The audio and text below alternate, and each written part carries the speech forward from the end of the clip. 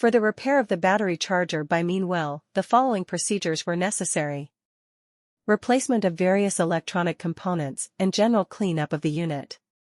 For testing, we used 2 batteries, 220-volt AC, and a multimeter. We see that when we turn on the power supply, the batteries are charging and the LED is lighting up.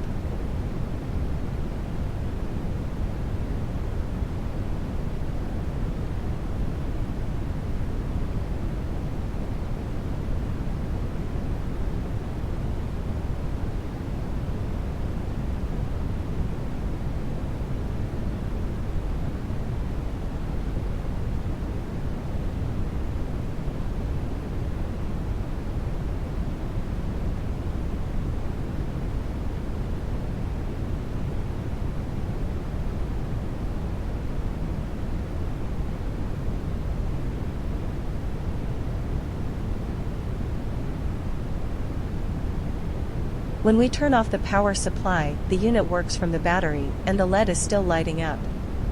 No further testing is possible due to the absence of additional units.